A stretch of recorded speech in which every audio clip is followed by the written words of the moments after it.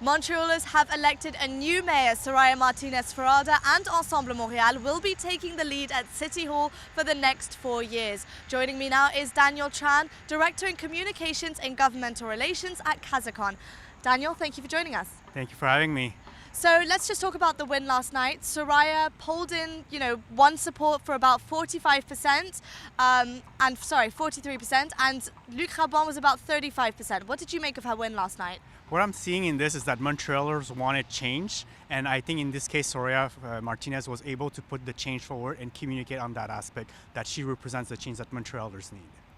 So do you feel that Montrealers voted her in or were voting Projet Montréal out? In this case, I think they were voting Projet Montréal out. However, Soraya Martinez has a great opportunity right now because a lot of people wanted Projet Montréal out, but she has an opportunity to tackle the issues right now, especially with winters coming, with homelessness. There's a lot of protests at the same time with the collective agreement being negotiated. At the same time, she has to come back. She did mention in her campaign getting back to basics. And in August, there was the General Auditor's report that came out with many issues, including the roads, including the tracking of equipment for firefighters. So in this case, of course, a lot of promise are there. Expectations are high, but if Soraya Martinez is able to succeed, it's a win for all Montrealers.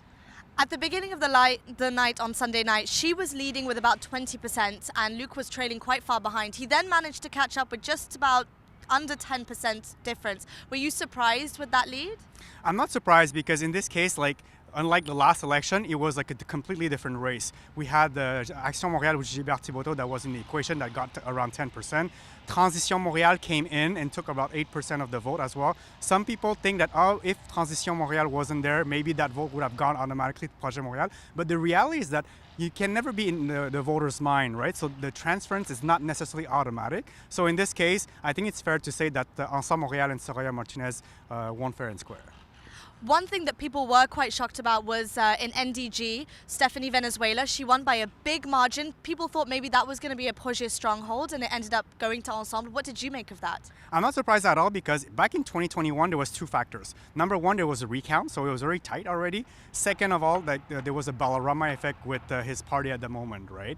And in this case, Stephanie Venezuela, she's really well known in the community. On top of that, she recruited very good candidates as well. And I'm expecting a recount from Projet Montréal as well because in Côte-des-Neiges, but last time I saw the results, it was like only 2 votes separating Projet Montréal and Ensemble Montréal with Yvonne Nguyen, which is a really well-known person in the Vietnamese community. So I'm not surprised at all. They really put all the efforts out there.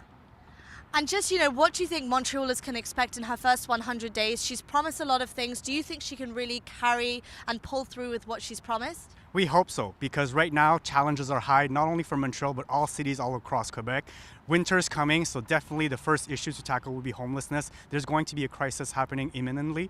And then after that, she did promise to accelerate things for housing too, she described herself as she wants the city to act as a promoter. So hopefully she's able to tackle the issues for the housing crisis. And like I mentioned, ultimately it's back to basic needs, right? So roads, infrastructure, following for the firefighters equipment, these are things that Montrealers expect from the cities to be able to put forward. And let's see what she can do and her team. Daniel, thank you for your time. Thank you for having me.